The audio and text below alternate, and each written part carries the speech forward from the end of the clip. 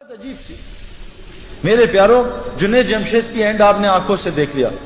آپ نے پوری دنیا کے لوگ اس کے اسکالر کہہ رہے ہیں. اسکالر جنید جمشید، وہ کہاں سے اسکالر آ گیا میرے پیاروں؟ کہاں ناچنے گانے والا، کہاں لوگ برا.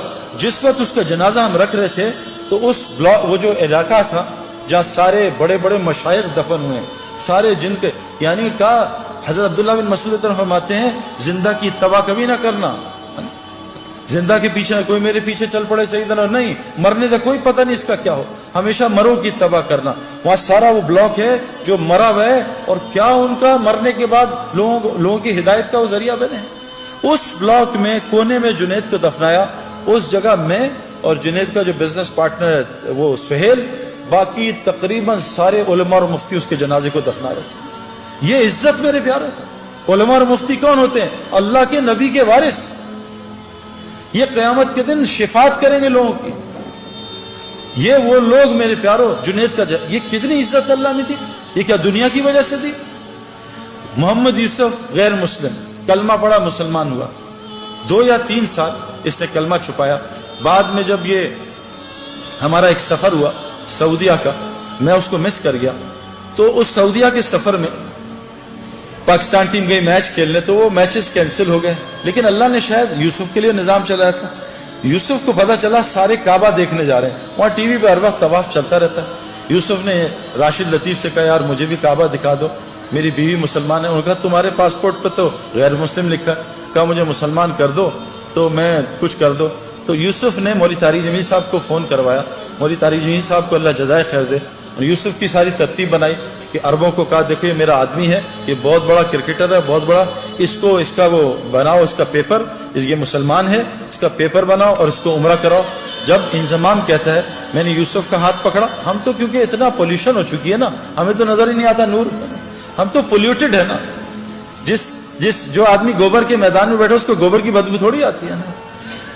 جو آدمی پرفیوم کی دکان میں بیٹھا اس کو خوشبو تھوڑی آتی ہے پرفیوم کی. گاڑی میں بیٹھے گیلی گاڑی ہے، بدبو آ رہی ہے، 5 منٹ بیٹھے گاڑی کی بدبو ختم ہو جاتی ہے. ہم اتنا ظلم دیکھ رہے ہیں، ہم اتنا آنکھوں سے حرام دیکھ رہے ہیں، ہمیں کچھ نظام نظر ہی نہیں آتا کہ اللہ کا نظام کیسے چل رہا ہے، رزق کیسے ملتا ہے، یہ بیماریاں کیوں آ رہی ہیں، یہ پریشانیاں کیوں آ رہی ہیں. ہم تو سمجھ رہے ہیں سیکیورٹی مسئلہ ہے، ہم تو سمجھ رہے ہیں حکومت والے خراب ہیں.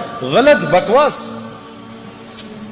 سب غلط. کیونکہ ہمارے دل اتنا اندھا ہوا ہے کہ ہم اللہ کو ہٹا کے سب کو کہہ رہے ہیں حکومت نے یوں کر دیا، ڈاکٹر نے یوں کر دیا، پولیس نے یوں کر دیا، فوج نے یوں کر دیا. او بھائی، ہم اتنا پولیس فوج کو بول چکے ہیں کہ ہم فرشتوں کے یقین سے نکل چکے ہیں کہ فرشتے بھی کچھ ہوتے ہیں. ہمیں کتوں کا یقین ہے، آیت الکرسی کا یقین ہے کہ آیت الکرسی سے حفاظت ہوتی ہے. تو محمد یوسف کا ہاتھ انضمام نے پکڑ لیا اور محمد یوسف کی بیوی کا ہاتھ انضمام کی بیوی نے پکڑ لیا. کہا یوسف میں نے خود یہ ایکسپیرینس کیا ہے، مجھے سعید بھائی نے بھی بتایا تھا، اور یہ حدیث میں آتا ہے کہ جو آدمی کعبے کو پہلی دفعہ دیکھے، اور میں قسم کھا کے کہنے کو تیار ہوں، میں نے کعبے کو پہلی دفعہ دیکھ کے جو دعا مانگی تھی وہ اللہ تعالیٰ نے ایسی قبول کی میں آپ کو بتا بھی نہیں سکتا.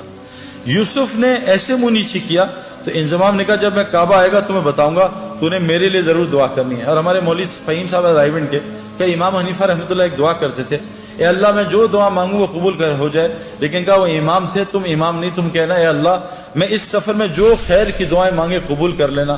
یوسف نے جب کعبے کو دیکھا اور یوسف کی بیوی نے کعبے کو دیکھا، دونوں نے چیخ ماری اور اتنا روئے ہیں کہ میں آپ سوچ سکتے کیوں کہ ان کا دل پاکیزہ تھا، نئے نئے مسلمان ہوئے تھے. ان کو کعبے میں پتہ نہیں کیا نظر آیا جس کو میں اور آپ دیکھنے سے محروم ہیں.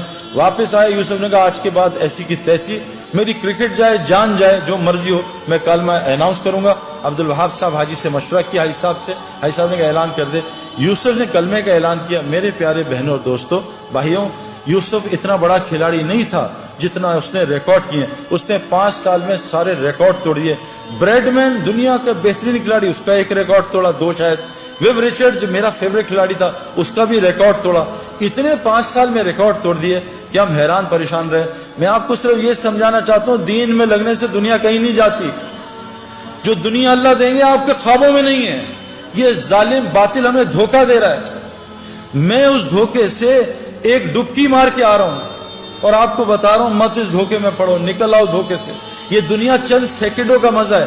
یہ لڑکی پہ نظر پڑی، چند منٹ کا مزہ، اس کے بعد دماغ خراب، دل خراب، پریشانی، اریٹیشن، چند سیکنڈوں کا مزہ ہے. میں نے نیا موبائل لیا, یہ 5 چل رہا ہے نا, آج کل 7 آیا ہوا ہے. میں ان پنگوں میں ساری زندگی گزاری.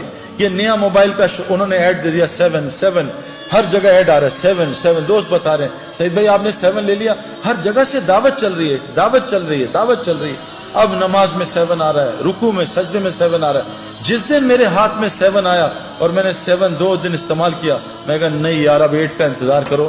یہ دنیا یقین کریں جتنے مرضی پیٹو ہوں, ماشاءاللہ لاہور میں تو کھانا ٹھیک ٹھاک کھایا جاتا ہے, جتنے مرضی پیٹو ہوں, افطاری آئے اور افطاری سے پہلے دب یا پکوڑے ساری کھا جاؤں گا, سموسے بھی کھا جاؤں گا, جلیبی بھی کھا جاؤں گا, بس میں کھاؤں گا اور پانی پورا گھڑا پی لوں گا. جہاں 2 پکوڑے گئے, سموسے گئے, بھوک بھی ختم, مزہ بھی ختم. یہ دنیا جیسے ایک پلیٹ کھائی بریانی کی, مزہ آیا, پھر دوسری لی تو مزہ کم ہوا, تیسری بالکل, چوتھی پہ کہا یار مجھے الٹی آ جائے, بس کرو. اللہ کی قسم دنیا اس سے زیادہ کچھ بھی نہیں. آج ہم سب دنیا سے آخرت بنانا, دنیا بنانا چاہ رہے ہیں, نہیں بنے گی اگر ہم آخرت کی محنت میں لگ گئے. اگلی مثال, یہ انضمام الحق پاکستان کرکٹ ٹیم سے نکال دیا گیا, مجھے کپتان بنایا. ان کا سب کو سلیکٹ کرنا, انضمام کو سلیکٹ نہ کرنا.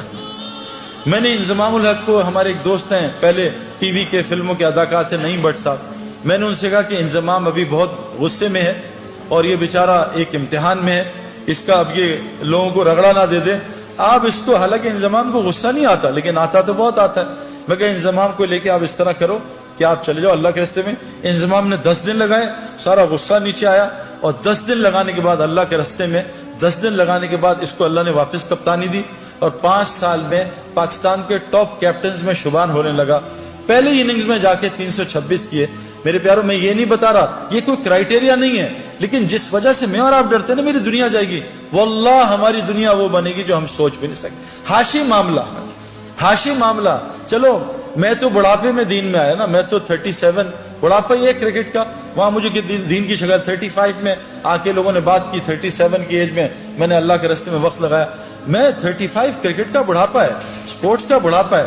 ہاشی معاملہ ایک ٹین ایجر, اس کو ساؤتھ افریکنز نے کہا ہم تمہیں کرکٹ کھلائیں گے, تمہیں اتنے $1 ملین رینٹ دیں گے, تمہیں یہ دیں گے, تمہاری یہ لائف ہوگی, تم نے بس ایک شراب کا اسٹیکر لگانا ہے. اس نے کہا لعنت بھیجتا ہوں کرکٹ پہ, میں اللہ رسول کا حکم نہیں توڑ سکتا. آج ہاشی معاملہ ساؤتھ افریکن کا موسٹ ریسپیکٹو سٹیزن بنا ہوا. کیوں یہ کیا ذلیل ہو رہا ہے ہاشی معاملہ؟ میں 40 دن گیا جماعت میں, 2 مہینے بلکہ, ساؤتھ افریقہ, کچھ دوستوں کے ساتھ جماعت میں ہم گئے. جب مجھے ڈربن میں انویٹیشن انہوں نے دیا کہ آ کے یہاں بات کو اسٹیڈیم میں, اس کی ٹیم کے کھلاڑی بھی تھے اور مختلف قسم کے وہ اسکوررز اور کامنٹیٹرز. ہاشم معاملہ بھی وہاں جہاز سے اترتے ہی میرے پاس پہنچ گیا, حالانکہ لمبے سفر سے تھا. اسے کسی نے بتایا سعید بھائی جو ہے, سعید انور جو ہے وہ ڈربن اسٹیڈیم میں اسپیچ کر رہے ہیں. جنید جمشید مرحوم اور ہم ساتھ تھے جماعت میں, تو ہمارے ساتھ میری آ کے بات سنی. میں نے اس کے کھلاڑیوں سے پوچھا کہ ہاشم کا کیا اثر ہے تم پہ, یہ تم سے اسلام کی بات کرتا ہے, کہ آج تک اس نے اسلام کی بات نہیں کی. میں کہا پھر اس کا کیا اثر ہے؟ کہ جب ہم میچ ہارتے ہیں یا ڈپریس ہوتے ہیں یا ہم جلدی آؤٹ ہو جاتے ہیں, فیلر ہوتا ہے, ہاشم معاملہ جب نماز پڑھنے لگتا ہے نا, اور جب قرآن پڑھنے لگتا ہے, ہم اس کے چہرے کی طرف دیکھتے ہیں, اس کے چہرے کو دیکھ کے ہمیں سکون ملتا ہے. ہم سوچتے ہیں اس کے اندر کتنا سکون ہے. میرے پیارو, مچھلی کو سکون تو پانی میں ملتا ہے, یہ پانی کے باہر تلاش کر رہی ہے. کتنی مثالیں آپ کو دنیا کو دوں. میں نے ان آنکھوں سے میں آپ کو کیا بات بتاؤں کہ جو لوگ تبلیغ کا, دعوت کا صحیح کام کر رہے ہیں, میں نے امریکہ گیا ہوں, میں پوری دنیا پھرا ہوں. اللہ تعالیٰ دنیا میں ان کو, کیوں کہ اللہ نے قرآن میں فرمایا ہے, جس کا مفہوم ہے کہ جو بھی نیک عمل کرے گا, چاہے عورتیں ہوں یا مرد ہوں, اللہ قرآن میں کہہ رہے ہیں جو بھی نیک عمل کرے گا, عورت ہو مرد ہو, شرط مومن ہو. اللہ کہہ رہے ہیں لام اور نون قرآن میں جہاں آتا ہے اس کا مطلب ہے اوبلیگیٹری ہو جاتا ہے, اس میں کوئی ڈاؤٹ نہیں ہے. اللہ کہہ رہے ہیں لام اور نون ملا کے کہہ رہے ہیں کہ میں ضرور بالضرور 200% میں اس کو حیات طیبہ کہتے ہیں, جنت فردوس کی زندگی کے ایپیٹائزر کو, میں اس کو دنیا میں بسر کرواؤں گا, جنت کی زندگی یہاں بسر کرواؤں گا. آج مسلمانوں پہ زندگی جو ہے وہ جنت کے نہیں ہے میرے پیاروں. کیوں کہ آج مسلمانوں میں کیا ہے, دیکھو جنت کی زندگی کے علامات ہیں, جہنم کی زندگی کے علامات ہیں. جب سردیوں کے ریکارڈ ٹوٹنے شروع ہو جائیں, علامت ہے کہ ٹھنڈی جہنم سانس لے رہی ہے, کہ ان کو میرے پاس بھیجو. جب گرمیوں کے یہ جو الگ الگ چیزیں آ رہی ہیں نا, وہ اپنی جگہ, میں آپ کو قرآن اور حدیث کی باتیں سنا رہا ہوں. جب گرمیوں کے ریکارڈ ٹوٹنے لگیں سمجھ لو جہنم جو گرم ہے وہ سانس لے رہی ہے، جہنمیوں کو اپنی طرف بلا رہی ہے۔ آج پوری دنیا میرے پیارو یہ اس کا شکار ہے۔ جنت کی زندگی کیا ہے؟ الا قیلا سلاما سلاما، الا قیلا سلاما سلاما۔ ہمارے اندر سے سلام ہی ختم ہو گیا۔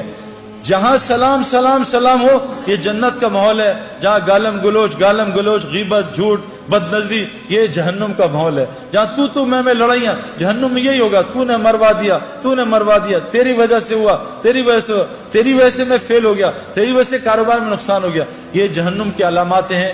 جیلوں کا بڑھ جانا، ہسپتالوں کا بڑھ جانا، کورٹ کچہریوں کا بڑھ جانا، مسلمانوں کا آپس میں لڑنا، میرے پیارو یہ علامت جنت کی نہیں ہے۔